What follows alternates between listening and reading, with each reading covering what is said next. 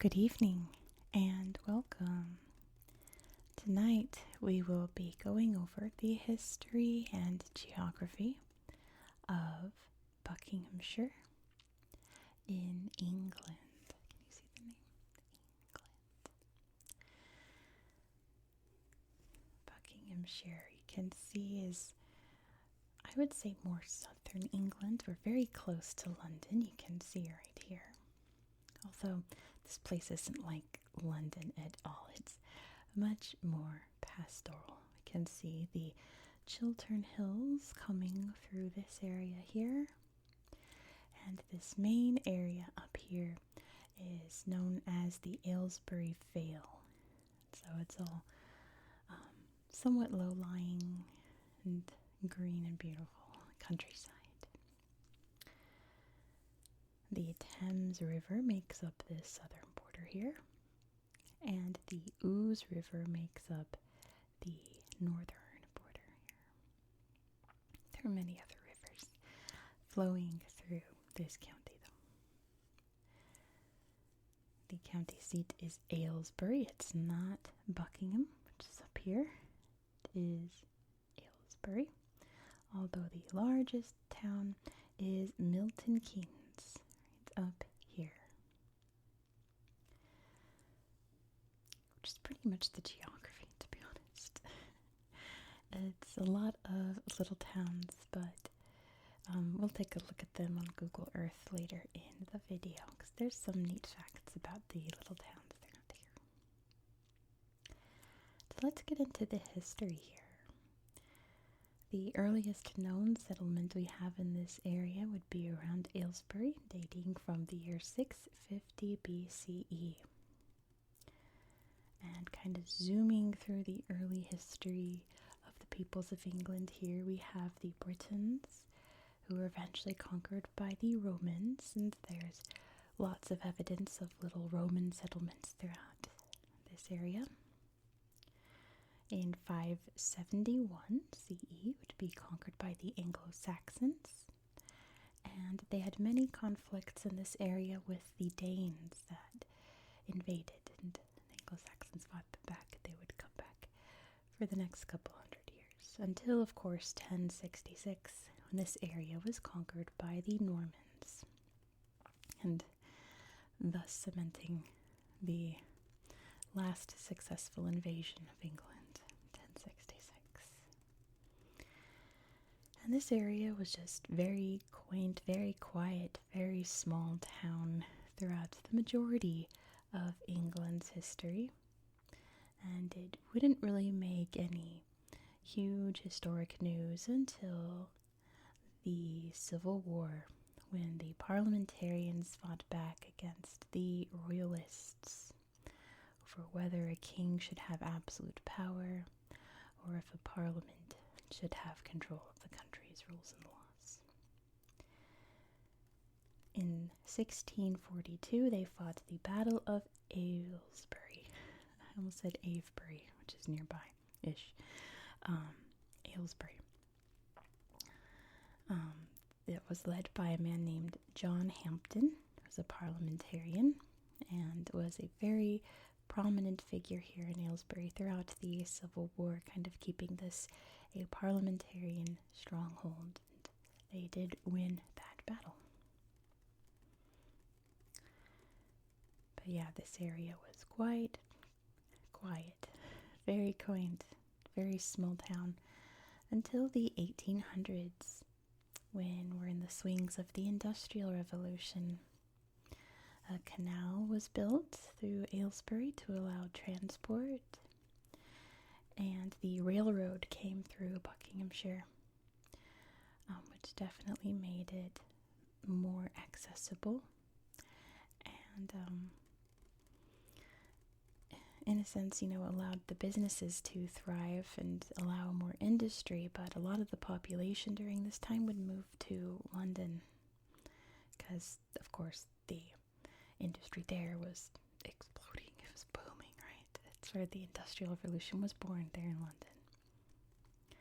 So while this, helped create the province that we have today in terms of economy, there was a population dip at that time.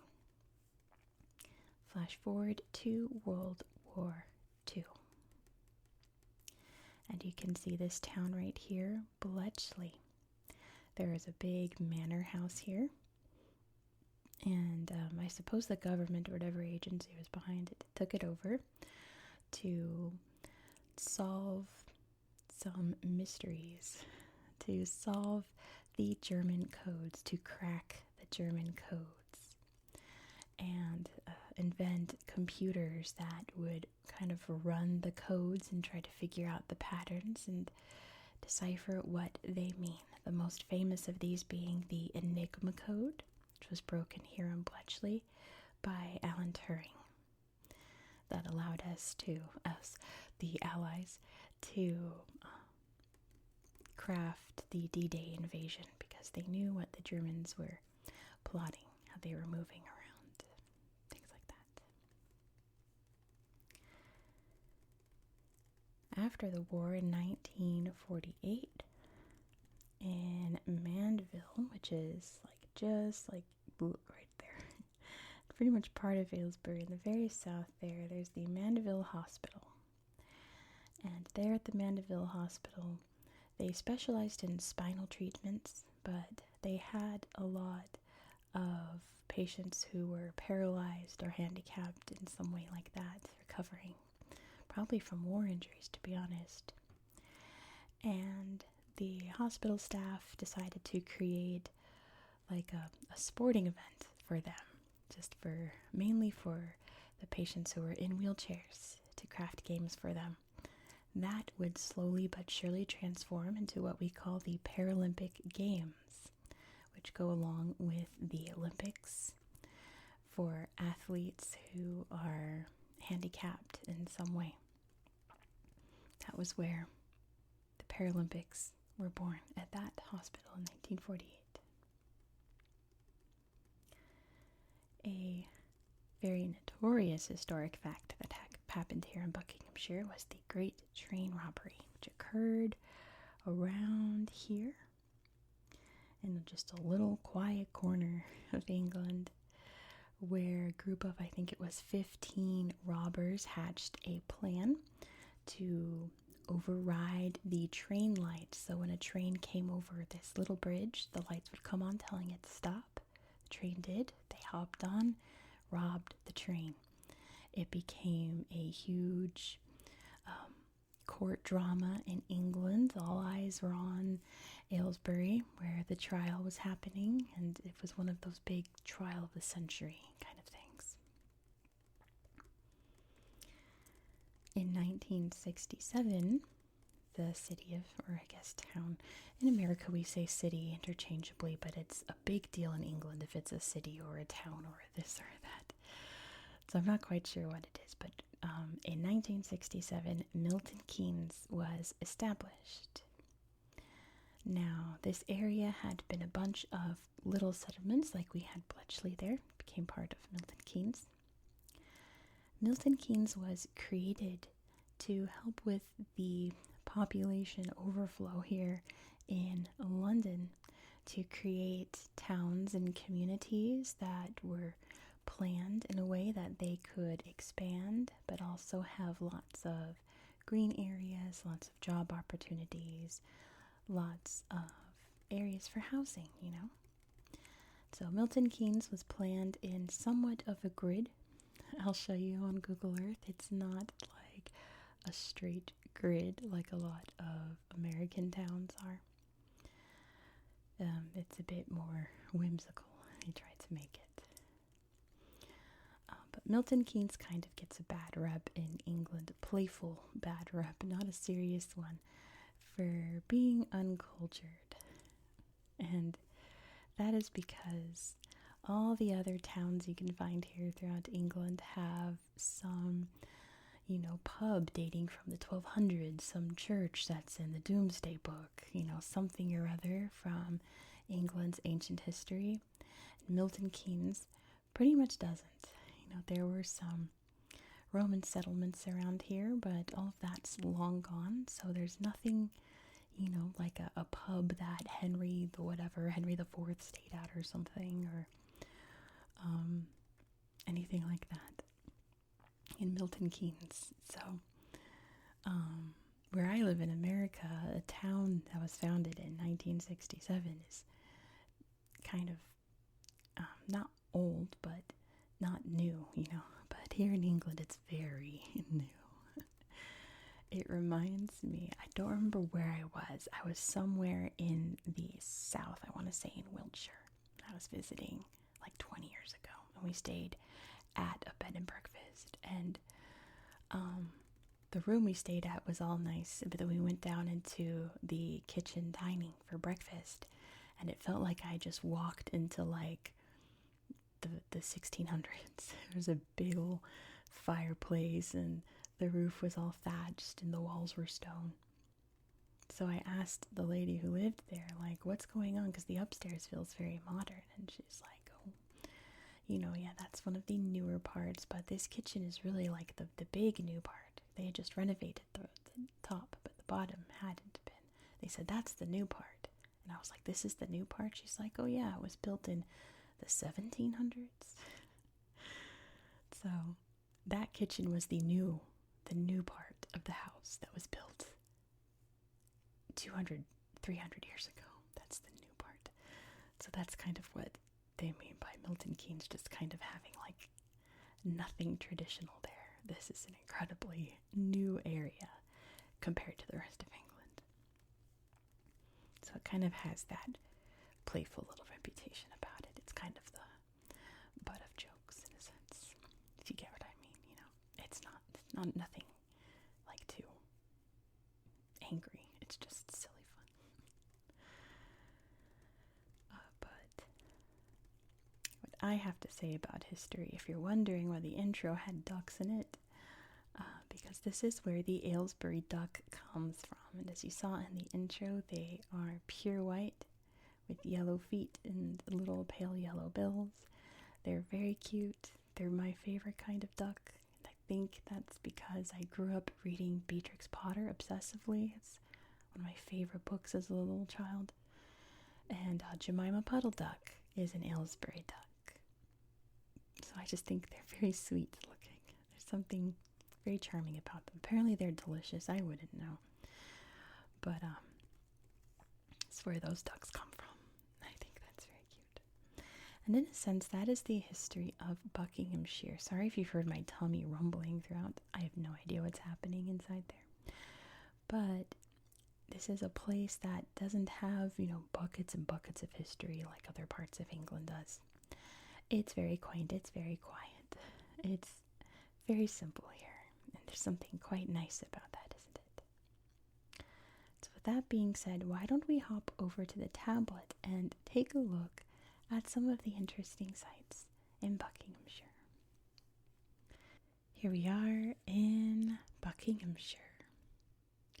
Google Earth never shows the borders of these historic counties, so you'll have to take my word for it. But let's zoom out so you can see exactly where we are in the world. Here is England, part of the United Kingdom, along with Wales, Scotland, and Northern Ireland. And of course, the United Kingdom and England is located up here. This is the island of Great Britain. This is the island of Ireland. There are many other islands in Great Britain. But we are near Western Europe here, Netherlands, Belgium, France. Up here there's Norway. Way over here there's Iceland. That's where we are. If you didn't know, that's where we are in the world tonight. So I guess we will start off in Aylesbury, right? This is the county seat after all. I'm trying to remember what I wanted to show you in Aylesbury. There is the museum here, Discover Books, great name. There's some interesting attractions here. I was just on their website looking up what they were currently showing. Got some cool owls there. Some Roman statues. These. I'm not quite sure what this display is. It's quite a mishmash. But interesting nonetheless. There's Darth Vader. Yeah, they have a lot of kind of sci-fi things. They're having a big Doctor Who, I guess, event display of some kind this year. Look at all the little ammonites and things back when this was all underwater. And all kinds of fun goodies from the history here. And I suppose the culture as well, right? We'll talk about, hold on a second. Oh, that's pretty cool.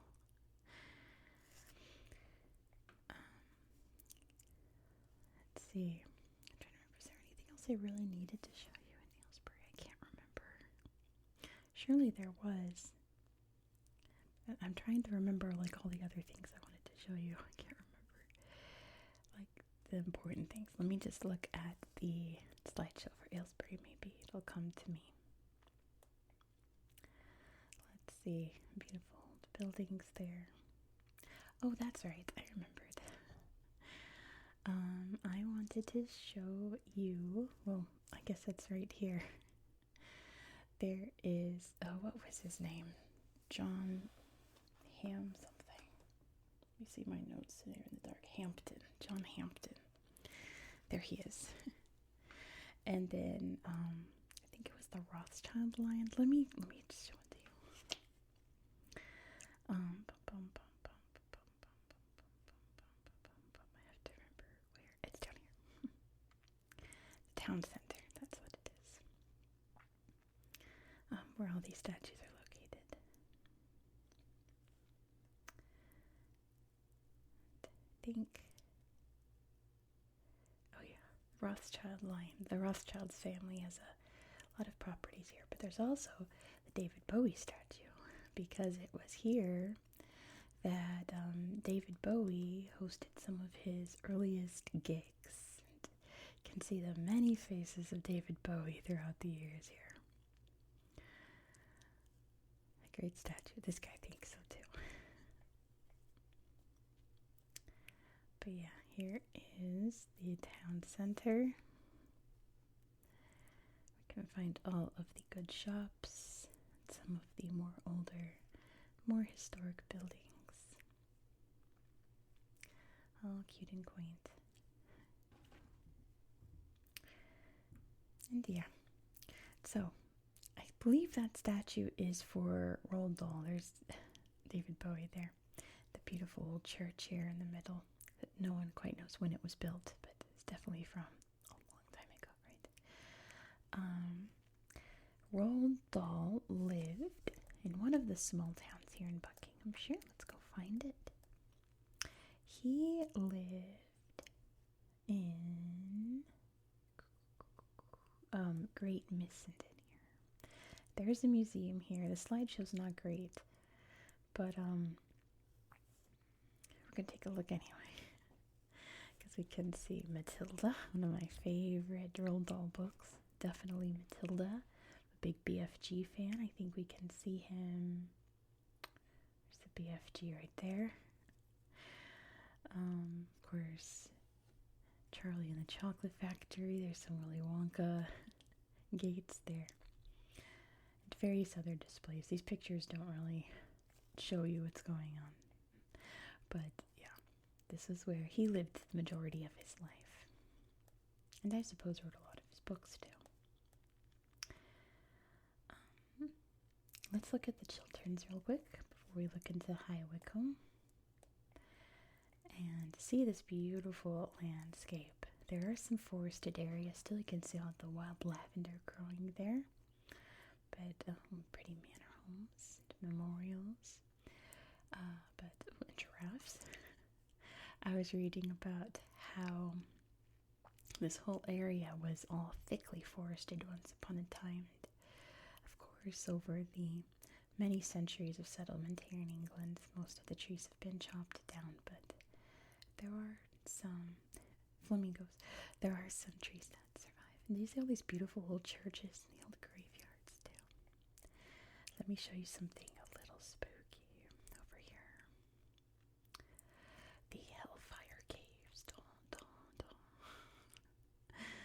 So over here, you can see this church on a hill. Right there. There's a mausoleum right here for, what's his name? Maybe if I go like this, it'll load. Mr. Dashwood. There he is. There he remains. Look at the cool cemetery. But in his lifetime, he created one of the many Hellfire clubs around England, which he crafted these caves for them to do their little nefarious plots in, and built a church on top to kind of disguise it. But it was a club of like wealthy white men who would come in these caves and do probably what they thought were satanic rituals. I doubt it, but they probably were just having crazy orgies and stuff, to be honest. But to them it was like dark and debauchery, and they'd wear masks and be all mysterious, you know. Dudes like Ben Franklin. He was part of it too. But yeah, it was pretty much just orgies. It wasn't anything like actually nefarious. It was just dudes thinking that they were being like devious and not the norm or anything. That's all it was. Marlowe, I can find it, but Percy Bysshe Shelley and Mary Shelley had a home here. I don't know if it's tagged or not, or if it's something else today. They had a home here. There's another home for John Milton, but I can't remember where it was. Over here somewhere? Maybe it'll pop up. I did tap on it, so maybe it remembered. Somewhere over here is John Milton's house. He wrote Paradise Lost. Well, let's look at the Ashridge estate real quick. Hopefully we're still in Buckinghamshire. I don't know, but that's really pretty. The Wendover Woods. Sounds like Anne Shirley came up with that name. Beautiful forest. Ooh. Oh, what is he called? The Gruffalo, I think. Anyway. I'm going to show you, but I gotta find it. Over here, near Mentmore. Here is the Great Train Robbery Bridge. I guess it's called the Bridgego Bridge now. I don't have no idea how to pronounce that, but this is the bridge that started the trial of the century, where the train up here was stopped, and they ran up and robbed the train, stole millions of pounds probably from the train. And I believe they were all caught and convicted, but it was a big to-do. Great train robbery. Some true crime for you there. I'm sure there's a good true crime video out there about it. Anything else I wanted to show you down here in the south? That might have been it. There's all kinds of neat little slideshows here. As always, I highly recommend that you poke around yourself and find some quaint little things to look at, and let us know if you find anything good so we can all look at it. I appreciate all the people on my Brittany video telling me all the other stone circles that I missed, all the cool rocks and dolmens and things, because you know that's my jam. I love it. So yeah, thank you all for recommending even more rocks for us to look at in Brittany other than the Carnac stones. Let's head over to Milton Keynes, but we'll stop over in Bletchley to see Bletchley Park, because if you hadn't seen it, it's kind of a garish building for its time. Like, look at this. Goodness. It reminds me of the Winchester Mystery House, how it just seems like a mishmash of like every style from that time period just smushed together. But I think it's really pretty. There's Alan Turing, I assume. And yeah, this is where they created the computers here. I forget their names. But yeah, this was the computer that cracked the Enigma code. Oh no, this was the one that cracked the Enigma code. What was it? It says it on there. I don't get it. Read it. Yeah, this was the one that cracked the Enigma code. That was just another computer there. Cool ambulance, old car there. Old staple house by the looks of it. Another huge supercomputer. Beautiful glass there. Cool griffin. Motorcycle. Or motorbike, as they'd say in the UK. Yeah, there's, it's a huge site. There's all kinds of different buildings you can check out. The National Museum of Computing is right next door, but it's pretty much all the same pictures we just looked at, so we won't check that out today. But that's pretty neat, isn't it? So yeah, here's Milton Keynes. Like I said, it's made with a grid, but it looks like I drew a grid. I couldn't draw a straight line to save my life. So it looks like I tried to draw a grid and messed it up. It's all wibbly wobbly. So each grid is a different neighborhood with its own thing going on. The main, like, what would be like the town center is one long street going through. All the big shops are. A long park stretching through there. And as you can see, they're all connected by roundabouts. Look at all of the roundabouts here. You get dizzy doing all these roundabouts. I was poking around a really pretty park over here. I noticed all this green and I came to look at this neat park that had all kinds of little art installations. Like the rose, which to me just looks like a big crystal grid. They're really pretty. But yeah, like these huge art pieces to try to take up space here. Try to make it into a big green area.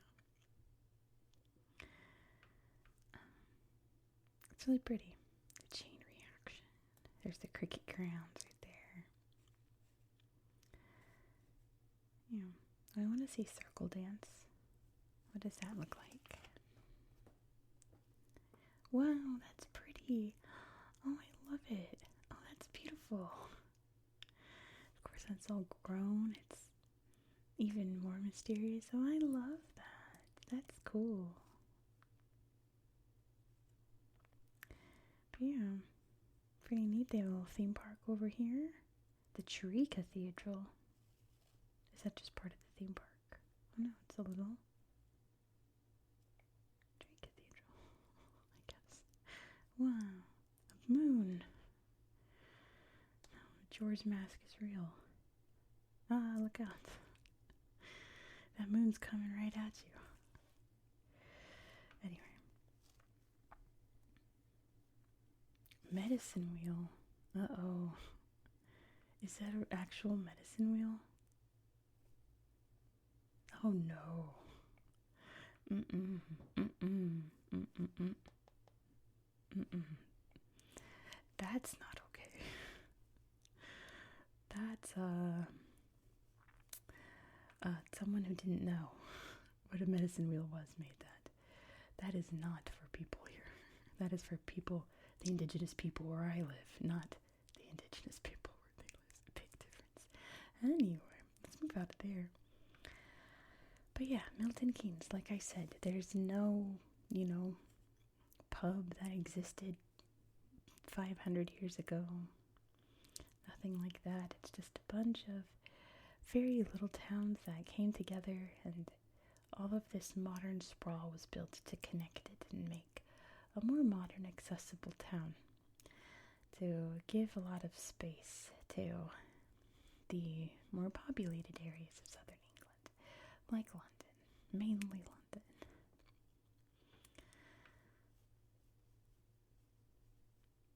Let's see. Is there anything else I wanted to show you? I feel like I've been poking around Buckinghamshire. I didn't show you Buckingham. Not a lot happening here, but it is a very quaint town. And it's what Buckinghamshire's named after. At the end of the day, see, nothing like this in Milton Keynes, no old cathedrals or anything. Beautiful architecture from old times. I know I love these kinds of chimneys that spiral up. No little cottages like this. Looks like it's built by a Smurf. Old homes and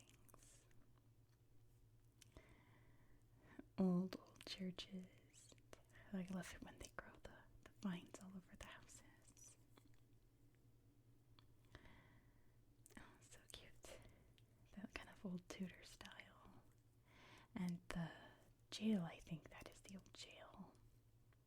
Yeah. Looking all medieval. Sweet doggy. Like all different eras of like old British architecture here. Very quaint. Let's see, let's find one more place to look at. Not the railway centre. There's Aylesbury. We can look at, see what pops up. We can find something nice to look at. We can look at, this is very disappointing. I saw chalk figure and got all excited, but it's just a cross. Which means it's not like an old like Celtic chalk figure. That's what I was really hoping for. Very disappointed.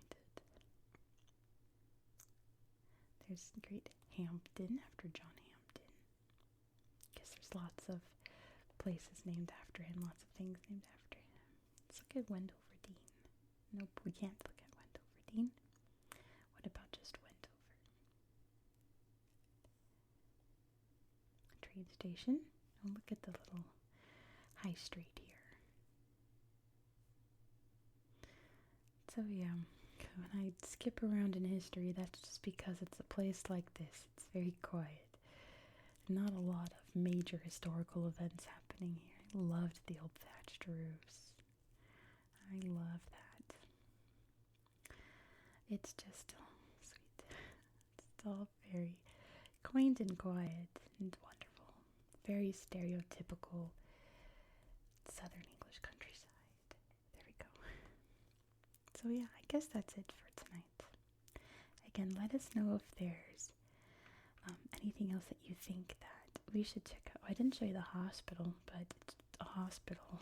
This is the hospital I mentioned. If I could show you the slideshow, but it's literally just a hospital. Oh, we've got the Olympic Lodge right there.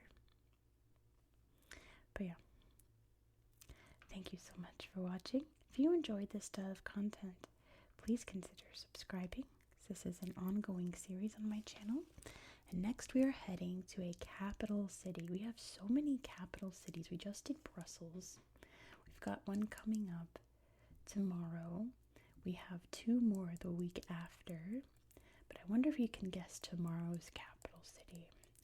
Your hint is that it is in Europe. The other two we're going to talk about are in South America and Africa.